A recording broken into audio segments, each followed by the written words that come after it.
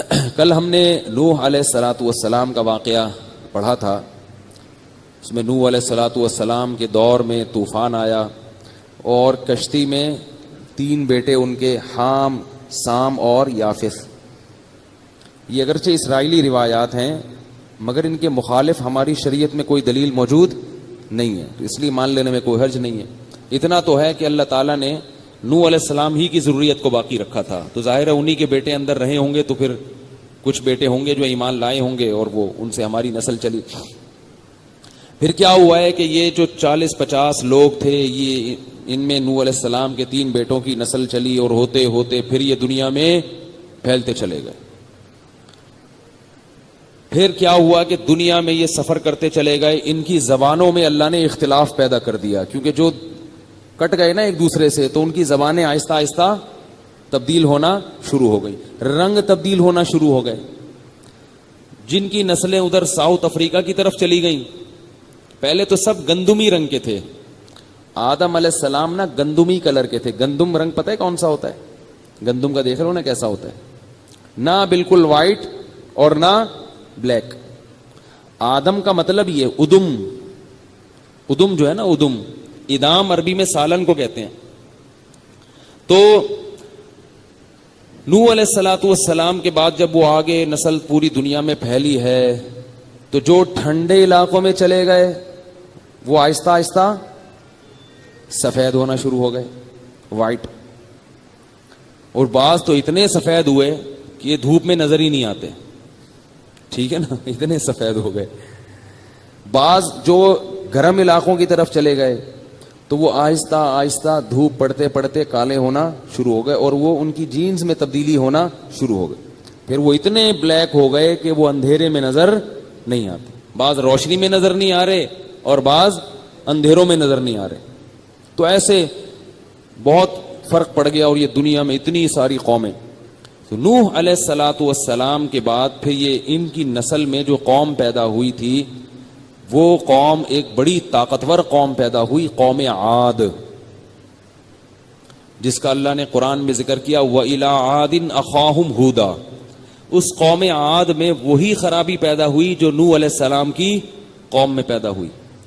یاد رکھو، جہاں بھی کسی قوم میں آپ کو گمراہی نظر آئے گی، اس گمراہی کے پیچھے عقیدت میں غلو، مذہب میں غلو، عقیدت میں غلو، یہ چیز اس کے پیچھے ہوگی. نوح علیہ السلام کی قوم نے بت پرستی کیوں شروع کر دی تھی؟ بزرگوں کی عقیدت میں غلو. تو قوم عاد نے بھی یہی گڑبڑ شروع کر دی، انہوں نے بھی بت پرستی شروع کر دی. اور قوم عاد ایک اور کام کیا کرتی تھی، دنیا سے بے پناہ محبت. حالانکہ یہ نوح علیہ السلام کی اولاد میں تھے سارے. کل میں نے بیان میں کوئی 9,500 سال بول دیا نوح علیہ السلام کی عمر غلطی سے. بھائی وہ 9,500 سال تو ابھی بھی زندہ ہوتے. اگر ان لوگوں کی عمریں 9,500 سال ہوتی تو ابھی ان لوگوں کے بچے ابھی ہمارے سامنے بالغ ہوئے ہوتے. ٹھیک ہے نا، تو وہ غلطی سے منہ سے نکل جاتی ہیں، چلا دیا کریں. جیسے وہ میں نے ایک کلپ ہے میرا تراویح پر، تو اس میں حضرت امام شافعی 80 ہجری میں پیدا ہوئے، امام ابو حنیفہ 80 میں پیدا ہوئے تھے. امام شافعی پہ میں نے لگا دیا اس کو. اب لیکن یہ ریکارڈنگ ایسی چیز ہے کہ جو غلطی ایک دفعہ نکل گئی وہ ریورس نہیں ہوتی. فرشتے جو ریکارڈنگ کرتے ہیں نا ہماری، اس میں توبہ کر لو تو وہ مٹا دیتے ہیں. فرشتے بھی تو ایک ایک چیز نوٹ کر رہے ہیں، لیکن اس میں ہم اللہ سے توبہ کر لیں، اللہ غلطی ہوئی تو اللہ کہتے ہیں فرشتوں سے اسے کیا کرو، مٹا دو. لیکن جو ویڈیو ریکارڈنگ ہے نا، یہ نہیں مٹتی، یہ نہیں مٹتی. اب ہٹا بھی دیا میں نے تو پھر بھی 10 لوگوں کے پاس چلا جاتا ہے، وہ پتہ نہیں کہاں سے کہاں بات نکل جاتی ہے. تو قوم عاد میں کیا خرابی پیدا ہوئی؟ ایک تو بت پرستی، دوسرا کیا تھا، تتخذون مصانع لعلکم تخلدون. گھر ایسے بناتے تھے جیسے اس میں ہمیشہ رہنا ہے، مرنا نہیں ہے. تو ہود علیہ السلام کو اللہ نے ان میں سے بھیجا، انہی کی قوم میں سے. وَإِلَىٰ عَادٍ أَخَاهُمْ هُودًا، اسی قوم میں سے اللہ نے منتخب کیا. یہ بھی اللہ کی حکمت ہے کہ اللہ تعالیٰ جب پیغمبر بھیجتے ہیں تو جس قوم میں بھیجتے ہیں نا، اسی میں سے سلیکٹ کرتے ہیں. اس سے پتہ کیا پتہ چلتا ہے کہ جو عالم جس قوم کا ہو نا، وہ اس قوم کی رسومات کو اور اس قوم کی جو ترجیحات ہیں ان کو زیادہ سمجھتا ہے وہ, اور اس کو پتا ہوتا ہے کہ اس قوم کو کیسے سمجھانا ہے. اس لیے ہر قوم میں علماء ہونے چاہیے. نہیں یاری بات میرا خیال ہے, اپنے خاندانوں میں سے کسی نہ کسی کو عالم بنایا کریں. وہ پھر آپ کے خاندان میں جس طرح سے کام کرے گا نا, کوئی غیر نہیں کر سکتا. اسے پتا ہوگا کہ میرے خاندان میں کیا گڑبڑیں ہو رہی ہیں, لیکن بنائیں اس کو ذرا مضبوط. اگر ڈھیلا ڈھالا ہوا نا تو آپ کے خاندان کی جو برائیاں ہیں وہ بھی اسی میں ہوں گی, وہ انہی میں اسی میں چل رہا ہوگا. تو اللہ تعالیٰ نے ہود علیہ السلام کو بھیجا. ہود علیہ السلام نے سمجھایا, پتہ نہیں کتنے سال سمجھاتے رہے, مگر بات سمجھ میں نہیں ہے. انہوں نے یہ بھی کہا کہ تم گھر اتنی محنت سے کیوں بناتے ہو, مرنا نہیں ہے کیا؟ میں اس بات پہ آ رہا تھا. دیکھو ہم لوگ بھی یہی کر رہے ہیں, اتنا سریا ڈالتے ہیں نا بنیادوں میں. یا تو ہونا کوئی دبئی میں بلڈنگ بن رہی ہے 200 سال کے لیے, اس میں تو سریا ڈالنا سمجھ میں آتا ہے. لیکن جو رہائش کے لیے جب ہم گھر بناتے ہیں تو اس میں اتنا کروڑوں روپے کا سرمایہ پھونک دینا, اتنے مضبوط گھر بنانا. تو میں یہ کہتا ہوں کہ بھائی جتنا سریا اس میں ڈال رہے ہو اتنا اپنی ہڈیوں میں بھی ڈال لو. ہماری ہڈیوں میں کیلشیم روز بروز ختم ہو رہا ہے. لوگ کہتے ہیں یہ اولاد کے کام آئے گا. لوگ کیا کہتے ہیں؟ جبکہ میں نے دیکھا ہے ابا کے مرنے کے بعد اولاد زیادہ دن اس گھر میں نہیں رہتی. ان کی بچے ہو جاتے ہیں, شادی ہو جاتی ہے, وہ سب کیا ہو جاتے ہیں الگ. میرے والد صاحب نے جو ہمارے لیے گھر بنایا تھا بڑی محنت سے, اتنا زیادہ تو نہیں مضبوط بنایا تھا, لیکن وہ کہتے تھے بھائی میں تو دنیا سے جانے والا ہوں, اپنی اولاد کے لیے کر رہا ہوں, اللہ تعالیٰ ان کی مغفرت فرمائے. لیکن ہم بھائیوں میں سے صرف ایک وہاں رہتے ہیں, باقی سارے, کیونکہ جاب کہاں لگتی ہے کسی کی, کوئی باہر چلا جاتا ہے. میں جامع تو رشید میں تھا, مجھے وہ بہت دور پڑتا تھا وہاں آنا جانا, تو میں یہاں آ گیا, کوئی بھی نہیں ہے اس میں. اب ایک میرا بھائی رہتے ہیں وہاں پہ, وہ بھی پتلی گلی سے نکلنے کے چکر میں. تو اتنی زیادہ ٹینشن نہیں لینی چاہیے, تھوڑا بہت خیال کرنا چاہیے اپنی اولاد کا, بہت زیادہ نہیں مسلط کرنا چاہیے. تو اب کیا ہے کہ اولاد کے لیے بنا رہے ہیں, پھر اولاد کیا فکر کر رہا, پھر وہ گھر بنانا شروع کرتی ہے. وہ کس کے لیے؟ اپنی اولاد کے لیے. وہ اپنے لیے پتہ نہیں کوئی کون بنا رہا ہے. تو بھائی اپنی فکر کرو, اور اتنی جتنی زندگی رہ گئی ہے تو ذاتی گھر مل جائے ٹھیک ہے, کرائے پہ مل جائے تو بھی ٹھیک ہے, بلکہ اس کے زیادہ مزے ہیں. کرائے کا فائدہ یہ ہوتا ہے کہ آپ جب چاہو, پانی نہیں آ رہا یہاں پہ تو اس گلی میں چلے جاؤ, وہاں پانی آ رہا ہے. کیا خیال ہے؟ یہاں چکن پاکس نکلے ہوئے ہیں بچوں کو, ٹھیک ہے نا, بیماری پھیلی ہوئی ہے, محلہ تبدیل کر لو. تو اتنی ٹینشن لینے کا نہیں ہے. یہ جو آج کل لوگ پاگل ہو رہے ہیں نا ٹینشن سے, میرا گھر نہیں ہے, میرا یہ نہیں ہے, میرا وہ نہیں ہے. تو میرے بھائی دولت کا مقصد تو سکون ہوتا ہے. اگر یہی سکون دولت آپ سے چھین رہی ہے, ایسی دولت کا کیا فائدہ؟ سکون سب سے بڑی نعمت ہے, اللہ کی تقدیر بھی ہے. جو نفسیاتی ڈاکٹر ڈپریشن کا علاج کرتے ہیں نا, خدا کی قسم ان کے پاس ڈپریشن کا علاج نہیں ہے. ڈپریشن کا اور اسٹریس کا علاج صرف اور صرف قرآن کے پاس ہے, صرف اور صرف. تبھی میں نے نفسیاتی ڈاکٹر بھی خوش نہیں دیکھے, وہ بھی پاگل ہوتے ہیں. ان کو یہ ہوتا ہے مریض ہی نہیں آ رہا ہمارے پاس, اسی میں ڈپریشن کے جو ہے نا مریض بن جاتے ہیں, یار کوئی بندہ ہی نہیں آ رہا. تو قوم عاد نے ہود علیہ السلام کی بات نہ مانی. تو ہود علیہ السلام نے ان کو یہ بھی کہا, وَاذْكُرُوا إِذْ جَعَلَكُمْ خُلَفَاءَ مِن بَعْدِ قَوْمِ نُوحٍ, اس وقت کو یاد کرو اللہ نے تمہیں خلیفہ بنایا ہے نوح علیہ السلام کی قوم کے بعد, تم ان کے جانشین ہو. تو جو انجام ان کا ہوا تھا وہی انجام کہیں تمہارا بھی نہ ہو جائے. لیکن یہ کیا کہتے تھے, من اشد منا قوہ, ہم سے زیادہ طاقتور دنیا میں کوئی بھی نہیں. تو اللہ نے پھر ان پر عذاب بھیجا. کیسا عذاب آیا؟ سورہ حاقہ میں اس کو بیان کیا ہے.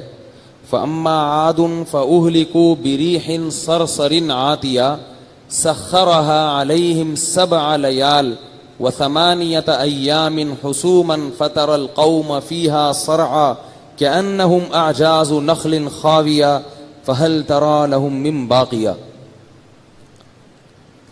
ہوا یہ کہ ہوا شروع ہوئی ہے اور اتنی تیز ہوا چلی ہے, 7 لیال, 7 راتیں, و8 ایام, اور 8 دن, یعنی دن میں ہوا چلنا شروع ہوئی ہے اور اس ہوا نے ان کو اٹھا اٹھا کے پٹخنا شروع کر دیا. ایسے مارا ہے ہوا نے, اور 7 دن تک مسلسل طوفان رہا ہے. اور اللہ فرماتے ہیں فَتَرَ الْقَوْمَ, کہ اے لوگو اگر تم وہاں موجود ہوتے اور جب وہ ہوا تھمی تھی, ہوا جب رکی ہے, اس قوم کو دیکھتے تو تمہیں ایسے لگتا کہ کھجور کے بڑے بڑے تنے ہیں جو اکھاڑ کے کسی نے پھینک دیے ہیں. بڑے بڑے قداور لوگ تھے, اوندھے پڑے ہوئے تھے. اب اللہ ہم سے خطاب کرتے ہیں فَهَلْ تَرَى لَهُم مِّن بَاقِيَةٍ, فرمایا تم ان میں سے ایک فرد کو بھی باقی دیکھتے ہو؟ ان کی نسل کا کوئی ایک بھی بچا زندہ؟ سب ختم کر دیا اللہ نے. اب ہوا کا عذاب کیوں دیا, اس میں کیا حکمت تھی؟ بھائی نوح علیہ السلام کی قوم پہ کون سا عذاب آیا؟ پانی کا, پانی نے غرق کر دیا. ہوا کا عذاب کیوں؟ علماء نے اس کی حکمت بیان کی ہے کہ ہوا سب سے ہلکی چیز سمجھی جاتی ہے, اور یہ قوم اپنے آپ کو سب سے زیادہ بھاری سمجھتی تھی, تو اللہ نے سب سے ہلکی چیز کے ذریعے سب سے بھاری قوم کو تباہ کیا ہے. یہ بتانے کے لیے کہ تم جو یہ کہتے ہو نا کہ ہم سے زیادہ طاقتور کوئی نہیں ہے, تو میری تو ہوا تمہیں اکھاڑ کے رکھ دے گی, باقی چیزیں تو بعد کی ہیں. تو اللہ اگر ہوا کو بے لگام کر دے تو ہم اور آپ اس کے سامنے نہیں ٹھہر سکتے. اس لیے بھائی اللہ کی نافرمانی سے بچنا چاہیے. تو قوم عاد کہ پھر جو اس کے کھنڈرات بھی ہیں آج بھی نظر آتے ہیں, آج بھی موجود ہیں وہ.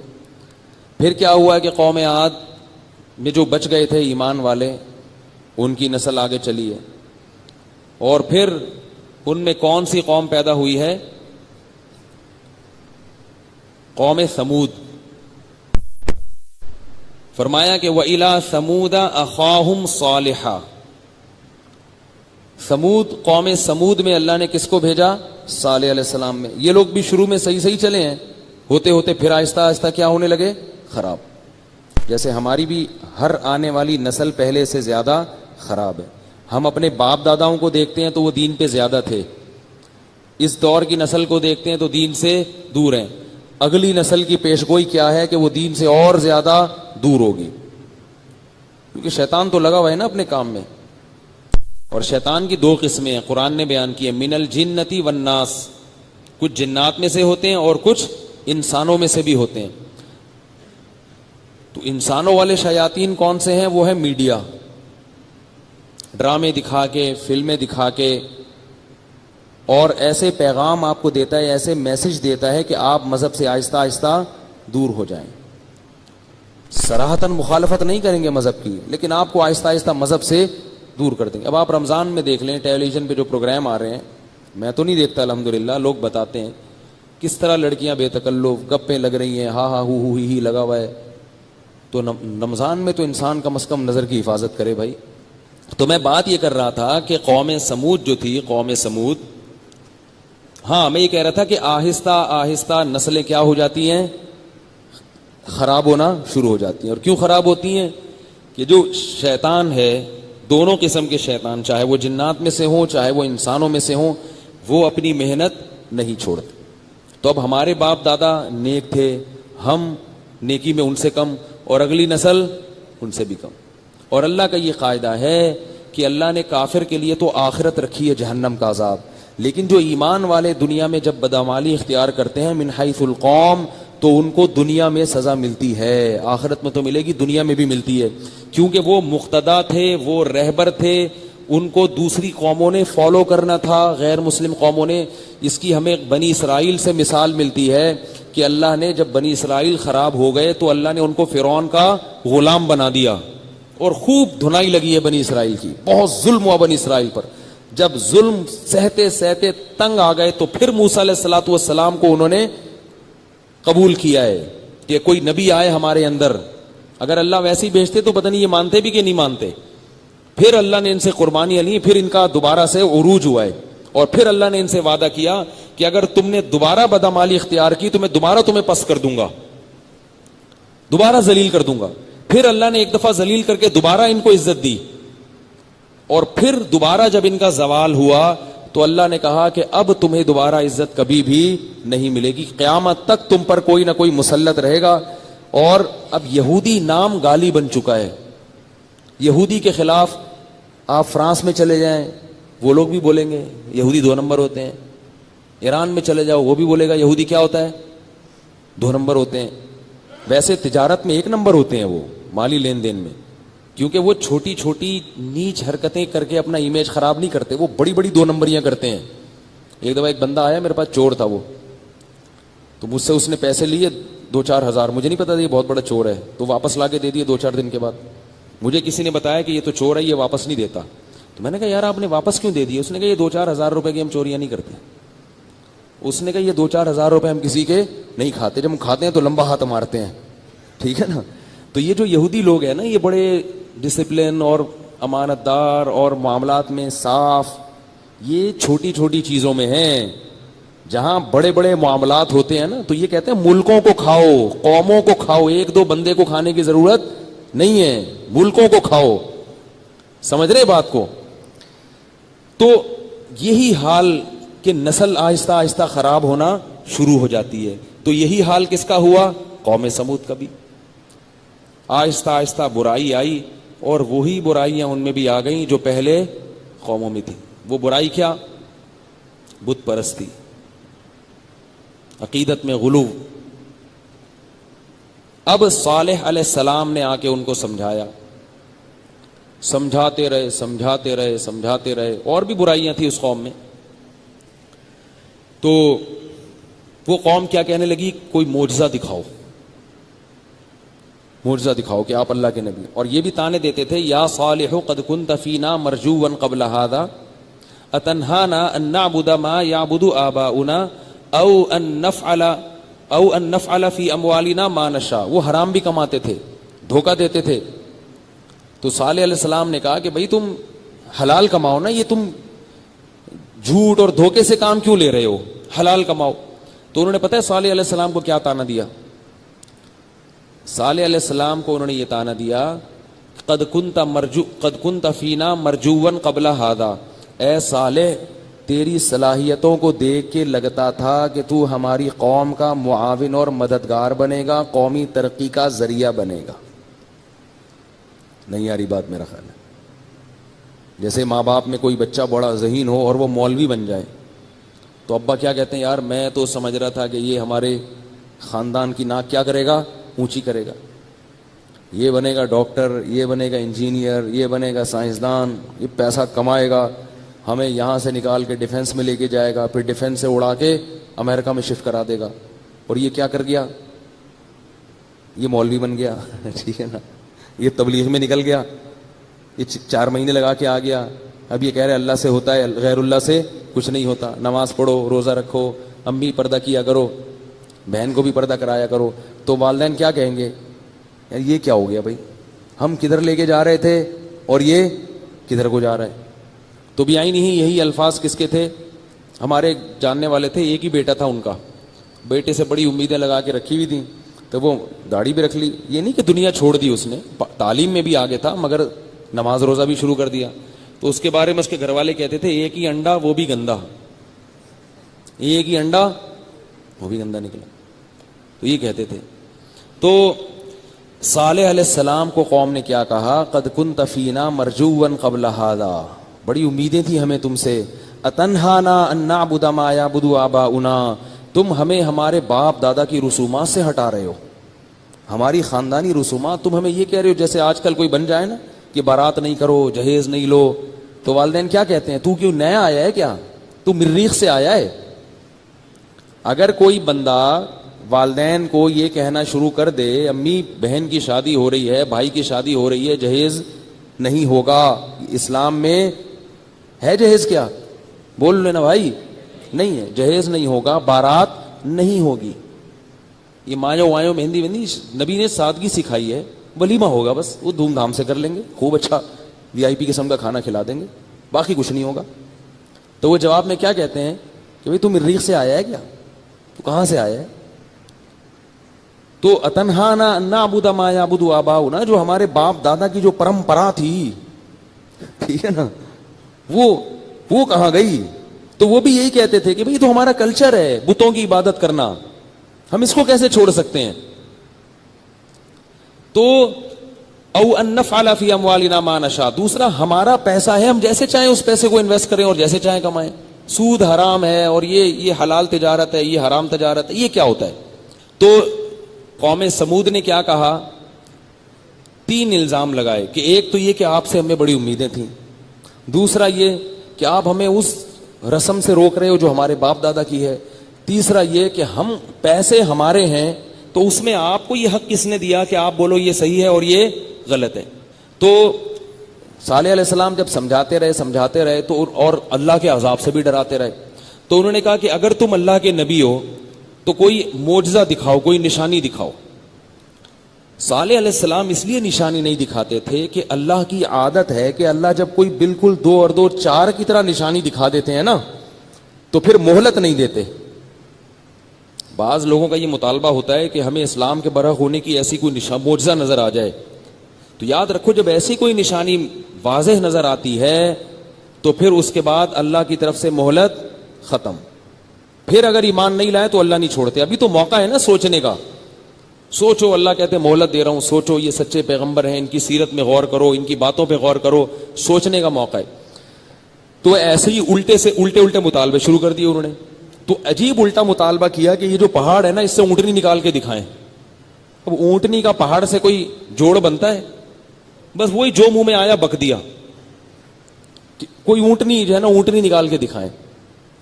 اللہ تعالیٰ نے صالح علیہ السلام کے ہاتھ پہ یہ قدرت ظاہر کی، انہوں نے اشارہ کیا اور پہاڑ سے ایک اونٹنی نکل آئی. سب پوری قوم نے دیکھا. اللہ نے کہا میں نے نکال تو دی ہے یہ، لیکن اب اس کے کچھ حقوق ہیں اس اونٹنی کے. یہ کس کی اونٹنی ہے؟ ناقۃ اللہ، یہ اللہ کی ناقہ کہتے ہیں اونٹنی کو، یہ اللہ کی اونٹنی ہے. اب جس وقت یہ پانی پیے گی کوئی اور گھاٹ پہ پانی نہیں پیے گا، اور اس کو اب چھیڑنے کی کوشش نہ کرنا. اگر اس کو تم نے قتل کیا فوراً تم پر اللہ کا عذاب آئے گا. اب کیا ہوا کہ وہ ڈر گئے کہ بھئی یہ تو بڑا معجزہ ہے. کافر تھے مگر ایک خوف پیدا ہو گیا. اب وہ اونٹنی آتی تھی، وہ اتنا پانی پیتی تھی کہ ان کے جانوروں کے لیے مسائل کھڑے ہو گئے. بھئی تم نے خود ہی مانگی ہے نا، یہ تو اللہ نے دکھا دی، یہ تو اللہ کی اونٹنی ہے، تم نے اپنی آنکھوں سے دیکھی ہے. قرآن میں آتا ہے وَكَانَ فِي الْمَدِينَةِ 9 رَهْطٍ يُفْسِدُونَ فِي الْأَرْضِ وَلَا يُصْلِحُونَ. 9 ایسے لوگ تھے جو زمین میں جو زیادہ بڑے دہشت گرد تھے، زیادہ بڑے فسادی تھے. انہوں نے مل کے پلان بنایا کہ یار اس اونٹنی کا کچھ کرو. رہط کہتے ہیں قبیلے کو، تو 9 قسم کے قبیلے تھے یا قومیں تھیں. ان لوگوں نے کہا کہ یار اس اونٹنی کا کچھ کرو، اور انہوں نے کہا سب کی طرف سے ایک آدمی آئے گا نا تو کسی پہ بھی بات نہیں آئے گی، ورنہ ایک قبیلہ مارے گا نا تو لوگ کہیں گے اس نے مارا ہے، وہ کہیں گے اس نے مارا. ہر قبیلے سے ایک فرد ہونا چاہیے اور اس کو مار دو. سب ماریں گے تو کچھ بھی نہیں ہوگا. تو تقاسموا باللہ لنبیتنہ اہلہ ثم لنقولن لولیہ ما شہدنا مہلک اہلہ وإنا لصادقون. اور پھر بعد میں مکر جانا، قسمیں اٹھا کے مکر جانا کہ ہم نے نہیں کیا. تو اللہ فرماتے ہیں فعقروہا، انہوں نے اونٹنی کی ٹانگیں کاٹ ڈالی، ختم کر دیا. تو اللہ نے حضرت صالح کو وحی کی کہ اپنی قوم کو کہہ دو تمتعوا فی دارکم 3 ایام، 3 دن ہیں تم عیش و عشرت سے گزار لو. 3 دن کیوں اللہ نے مہلت دی یہ اللہ بہتر جانتا ہے. شاید اس میں حکمت تھی کہ ایمان والے لوگ یہاں سے نکل جائیں سارے. تمتعوا فی دارکم 3 ایام ذالک وعد غیر مکذوب، یہ اللہ کا ایسا وعدہ ہے جس میں جھوٹ کی آمیزش ذرہ برابر بھی نہیں. 3 دن تمتعوا، مزے اڑا لو. کیسے بدبخت تھے دیکھیں، پیغمبر یہ دھمکی دے کے گئے ہیں مگر ان کو پھر بھی یہ تھا کہ بھئی کوئی عذاب نہیں آ رہا، پھر بھی نہیں بھاگے وہاں سے. تمتعوا فی دارکم 3 ایام ذالک وعد غیر مکذوب، یہ جھوٹا وعدہ نہیں ہے. اللہ فرماتے ہیں 3 دن کے بعد کیا ہوا؟ اما ثمود فاہلکوا بالطاغیہ، ایک زوردار آواز آئی ہے، فرشتے نے صرف ایک چیخ ماری ہے اور وہ اتنی زوردار آواز تھی کہ اس چیخ سے ان کے کلیجے پھٹ گئے. صرف ایک آواز کی طاقت سے کیا ہوا؟ اتنی زور سے آواز ماری ہے نا فرشتے نے، اتنی زور سے، ایسے زور سے چیخا ہے کہ اس قوم کے کلیجے پھٹ گئے. فعقروها فدمدم علیہم ربهم بذنبهم فسواها، فرمایا تیرے رب نے ایسا عذاب کا کوڑا برسایا، دمدم علیہم ربهم بذنبهم فسواها، اور اس قوم کو کیا کر دیا؟ برابر، ختم، نام و نشان ختم، کھنڈرات باقی ہیں ان کے۔ تو اللہ نے قوم سمود کو بھی بالآخر کیا کیا؟ فرمایا کہ جب قوم عاد کو اللہ نے تباہ کیا تو اللہ نے فرمایا وَتِلْكَ عَادٌ جَحَدُوا بِآيَاتِ رَبِّهِمْ، دیکھو یہ قوم عاد تھی جس نے اپنے رب کی نشانیوں کا انکار کیا۔ الا، خبردار سنو، قیامت تک یہ اللہ کا اعلان چلتا رہے گا قرآن میں، الا اے لوگو سنو، ان عادن کفروا ربہم، عاد نے اپنے پیدا کرنے والے کی نافرمانی کی۔ الا بعدا لعاد قوم ہود، سنو قوم عاد پر اللہ کی لعنت، اور قوم عاد اللہ کی رحمت سے دور ہو گئی۔ پھر جب اللہ نے قوم ثمود کو تباہ کیا تو یہی الفاظ اللہ نے بتائے، الا ان ثمود کفروا ربہم، سنو اے لوگو خبردار، قوم ثمود نے اپنے رب کی مان کے نہیں چلی وہ قوم۔ دیکھو اللہ تعالیٰ جو ہم سے سب سے پہلے جو چیز ریکوائرڈ ہے نا، اللہ کو سب سے پہلے جو مطلوب ہے وہ یہ کہ میرے ہو یا نہیں ہو، باقی سب چیزیں اس کے بعد ہیں۔ اور کافر کیا کہتا ہے کہ مذہب کو دوسرے نمبر پہ رکھنا ہے، پہلے دنیا دیکھنی ہے۔ ان کے ہاں مذہب سیکنڈری ہے، دوسرے نمبر پر ہے۔ کوئی چرچ چلا جائے ٹھیک ہے، نہیں جائے تو بھی ٹھیک نہیں ہے، لیکن پہلے کیا ہے کہ آپ کیا کماتے ہیں، کیا کھاتے ہیں، آپ کا بزنس کیسا ہے۔ اور اللہ کہتے ہیں کہ پہلے کون ہے؟ میں ہوں، اس کے بعد باقی سب ہیں، میں نے بنایا ہے، یہ زبان میں نے دی، یہ آنکھیں میں نے دی، یہ کان میں نے دیا، اور یہ ماں کی چھاتیوں میں دودھ میں نے پیدا کیا۔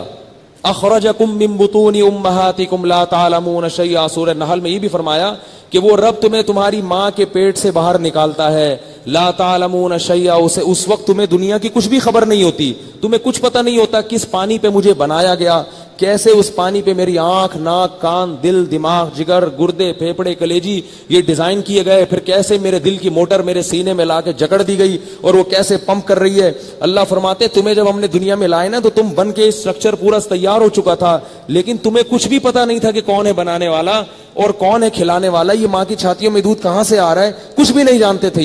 یہ سارے کام میں کر رہا تھا۔ آج ایک نعرہ بہت لگایا جا رہا ہے، وہ یہ ہے کہ پہلے انسانیت کا رشتہ ہے اور اس کے بعد مذہب کا رشتہ ہے۔ یہ خوب سمجھیں، یہ بھی میڈیا کا ایک شیطانی کام ہے۔ میڈیا کیا نعرہ لگاتا ہے کہ پہلے کون سا رشتہ ہے؟ انسانیت کا، پھر کون سا رشتہ ہے؟ مذہب کا۔ لہذا ہم قانون سارے انسانوں کو دیکھ کے بنائیں گے، اور سارے انسان مسلمان نہیں ہیں، مذہب کو بعد میں دیکھا جائے گا، کیونکہ مذہب لوگوں کے کیا ہوتے ہیں؟ مختلف۔ لہذا اگر ہم انسان کی مفاد میں قانون بنائیں گے، اس میں اگر کسی مذہب کے مفاد پر، کسی کے مذہب کے مفاد پر زد پڑتی ہے تو پڑتی رہے۔ نہیں یاری میرا خیال ہے بات، یعنی وہ یہ کہتے ہیں کہ اگر ہم سارے انسانوں کو دیکھ کے قانون بنائیں گے نا، اس سے اگر مسلمانوں کے مفاد پہ زد پڑتی ہے تو پڑتی رہے، کیونکہ کسی کے مذہب کو رعایت پہلے انسان بعد میں کیا ہے؟ بعد میں ہم مسلمان ہیں۔ یہ غلط ہے، یہ 100% غلط ہے۔ وجہ اس کی یہ ہے کہ انسانوں کا رشتہ پہلے نہیں ہے، پہلے خالق اور مخلوق کا رشتہ ہے۔ پہلے ہم مخلوق ہیں، بعد میں انسان ہیں۔ نہیں یاری میرا خیال ہے بھائی، ہم مخلوق ہیں۔ مخلوق کسے کہتے ہیں؟ کریٹڈ، بنے ہوئے۔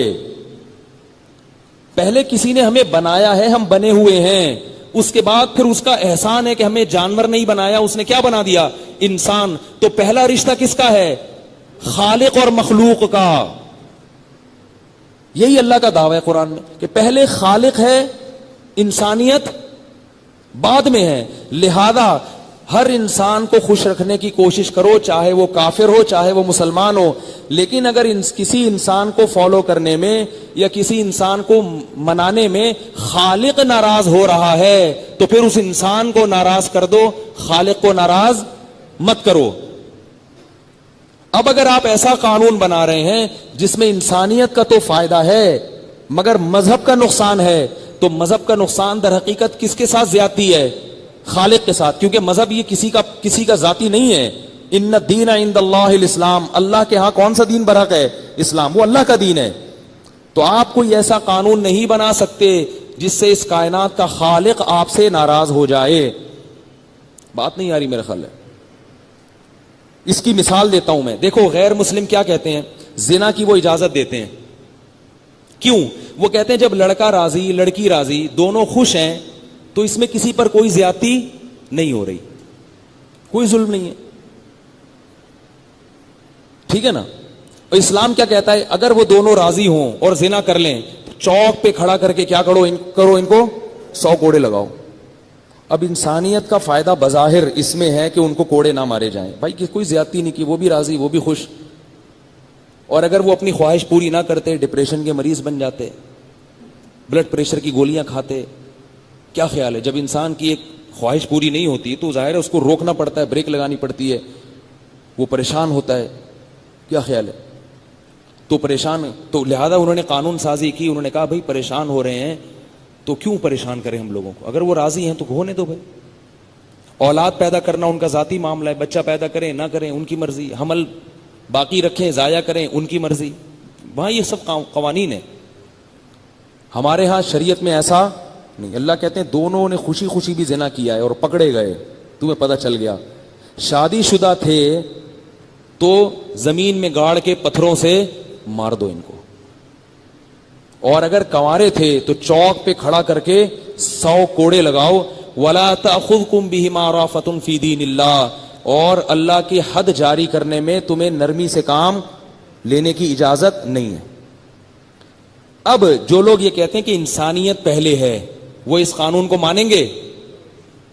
کہیں گے نہیں بھائی یہ نہیں ہے, اتنے تو کوڑے لگ رہے ہیں, پتھروں سے مار کے ہلاک کر رہے ہیں, یہ کیا سر. لیکن جو کہتے ہیں کہ پہلے رشتہ کون سا ہے, خالق اور مخلوق کا, تو یہ زانی تو خوش ہو رہا ہے, زانیہ بھی خوش ہو رہی ہے, لیکن ناراض کون ہو رہا ہے؟ اللہ. وہ کیا کہتا ہے, ان اللہ لا یأمر بالفحشاء, اللہ بے حیائی کو کبھی پسند نہیں کرتا. اللہ کو زمین پہ بے حیائی پسند نہیں ہے, اور زنا کو اللہ نے بے حیائی قرار دیا ہے. فرمایا تم انسان ہو, نکاح کر کے رہو, بغیر نکاح کے کسی عورت کے قریب جانے کی تمہیں اجازت, بولو بھائی, نہیں ہے. نہ آنکھوں کا زنا کرنے کی اجازت, نہ کانوں کا زنا کرنے کی اجازت, نہ زبان سے زنا کرنے کی اجازت. تو اب جو اللہ کو مانے گا نا, جو خالق کے رشتے کو مانتا ہے, وہ کیا کہے گا کہ بھائی زانی کی ٹھکائی لگنی چاہیے. پہلے کون ہے؟ خالق. اور اس نے بتا دیا کہ مجھے اتنی ترجیح دینی ہے کہ والدین پر بھی مجھے ترجیح دی جائے گی. تو انسانیت کے رشتہ میں سب سے اہم ترین انسان کون ہوتا ہے؟ والدین ہوتے ہیں نا. بھائی سب سے زیادہ آپ کی زندگی میں احسان کس کا ہوتا ہے؟ والدین کا. تو اللہ نے نبی کی زبان سے کہلوا دیا, لا طاعۃ لمخلوق فی معصیۃ الخالق, خالق کو ناراض کرنے میں کوئی کسی مخلوق کی اطاعت جائز نہیں, چاہے والدین ہی کیوں نہ ہو, ان کی ماننا بھی جائز نہیں ہے. بالکل ان کو بھی آپ, بلکہ مستحب چیزوں میں جہاں شریعت نے ترغیب دے دی ہے وہاں اگر والدین روکتے ہیں تو بھی علماء کہتے ہیں کہ وہاں والدین کی اطاعت لازم نہیں ہے. جہاں شریعت نے ترغیب دی ہے نا کہ یہ کرو اور والدین خامخواہ میں منع کریں آپ کو, وہاں بھی نہیں ہے, وہاں بھی آپ کر سکتے ہیں کیونکہ شریعت نے کہا ہے. تو اس لیے یہ جو انبیاء بار بار بیان کرتے ہیں نا, وہ کس کا تعارف کرواتے ہیں, انٹروڈکشن کس کا کرواتے ہیں؟ خالق کا. تو اللہ فرماتے ہیں ہم نے قوم سمود کو کیا کر دیا؟ تباہ و برباد کر دیا. اور اللہ نے پھر تباہ و برباد کرنے کی جب قوم عاد کو تباہ کیا تو فرمایا تلک عاد, دیکھو یہ تھے عاد, جحدوا بآیات ربہم کفروا بربہم, اپنے رب کا انکار کیا اور کیسے یہ تباہ ہو گئے. واتبعوا فی ہذہ الدنیا لعنہ, اس دنیا میں بھی ان پر اللہ کی طرف سے لعنت ہوئی اور آخرت میں بھی تباہ و برباد ہو گئے. پھر قوم سمود کا یہی حشر ہوا ہے